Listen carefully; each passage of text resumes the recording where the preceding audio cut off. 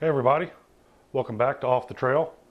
I was hiking the other day, and after the hike was over, I ended up at a store where they sold real quality hiking boots and stuff like that. And when I was walking through the store, I was wearing these boots, and somebody was asking me about them. They didn't like any of the stuff they saw, so they wanted a pair of these. And I told them, I was kind of surprised. I said, well, these are just cheap redhead boots from Bass Pro Shop. Bass Pro Shop's store line, redhead.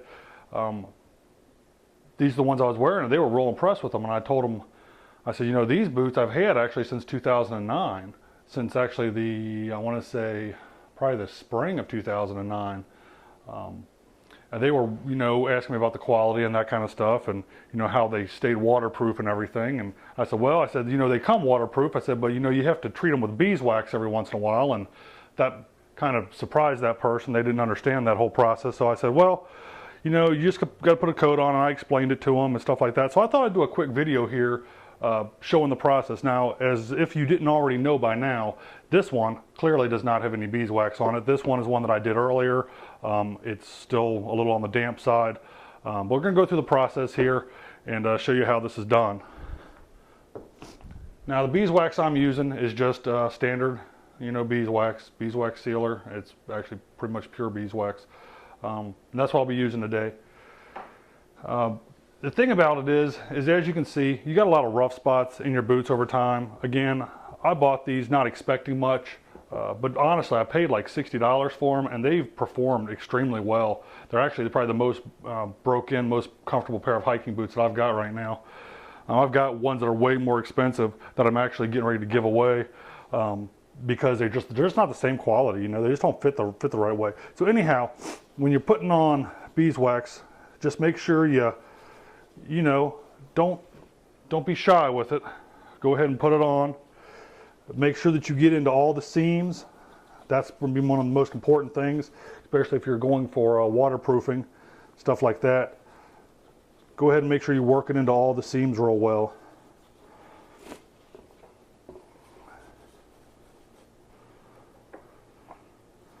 These boots were, like I said, bought back in 2009, and I actually bought them when I had I guess you could call it like a corporate job, whatever you want to say. I've never been one to much roll in those circles, so I didn't know anything about, dress in the corporate world and shit like that. So I went ahead and just, dressed the way that I wanted to dress and just wore these boots every day. Nobody ever said anything. I don't work in that field anymore by choice, so, they perform pretty well. I was on my feet every day, going places, a lot of travel, stuff like that. So they perform pretty well over time. And like I said, for the price that I paid for them, the quality is outstanding. The guy that was asking me about them at the store the other day was asking me like, well, what model are they and stuff like that. And I don't know. I have no idea what model they were. I don't even know if they have a particular model that they go by. I know a lot of them are a lot of your high-end hiking boots and stuff like that all have particular models these days. So I told him, I said, I don't know. I said, I have no idea what model they are. So just go to Bass Pro Shop and look for the brown boots that look a lot like these that are hiking boots, and I'm telling you, you're not going to be disappointed with the quality. Again, I bought them because they were cheap, so I didn't really care. But as you can see, what you want to do, again, work the beeswax in real good where the leather meets the sole of the boot. Make sure you get it all in there real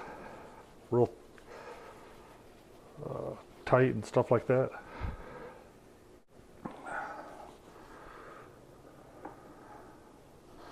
Make sure you come back across the back of the boot. Make sure you get up here between all the eyelets and things. I think it goes without saying that your boots should be at least relatively clean before you start this process. They don't have to be spotless or anything like that. These certainly weren't. And as you can tell, I'm wearing at least one rubber glove because I got places to go here in about 15-20 minutes, and I don't want my hands being all beeswaxed up. So working it under the leather parts on the tongue of the shoe, as you can see here. That's what I'm doing if there's not good enough light, or if you can't see past my hands. There's some leather patches on the tongue here. Some of it's nylon, some of it's leather, so that's all. I'm just working it into that real quick. Again, let's get the eyelets real good, around the eyelets, around the threads, stuff like that, the seams. That's where you want to focus on. You want to focus on the seams and on the, like I said, where the leather meets the sole of the boot. And you're going to look at this and say, well, man, they look all greasy, they look all wet, and you've totally changed the color of the boot.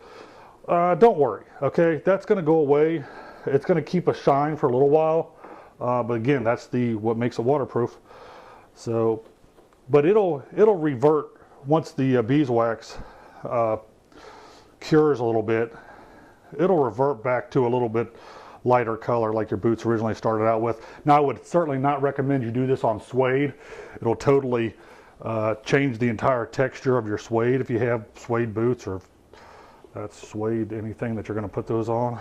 But these are just regular straight leather boots, and you can see I got a pretty good gash there in the back, but just going to go ahead and feed some more down in there, and you know, eventually I am going to have to break down and buy some more boots. Actually, that's what I was going to do the other day when I was at that store. After I got done with that hike, I was like, well, maybe I'll go ahead and spend a couple dollars and, you know, buy a new pair of hiking boots. And I found some that I liked, you know, $100 price range, $150 price range, but you know, I didn't find anything that I liked quite as much as these.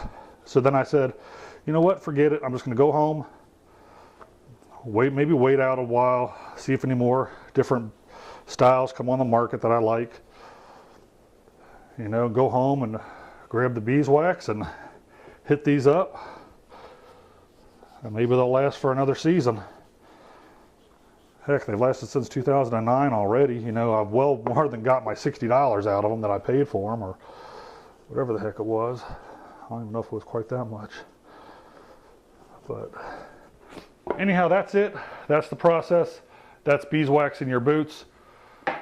Again, nothing to it.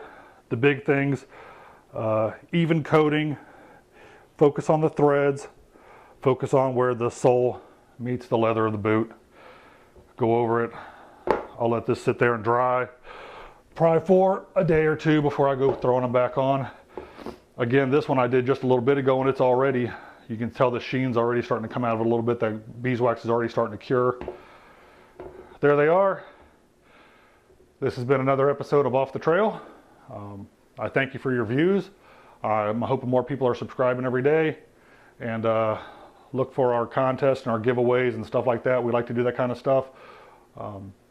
So we'll see you next time around. Thanks for watching.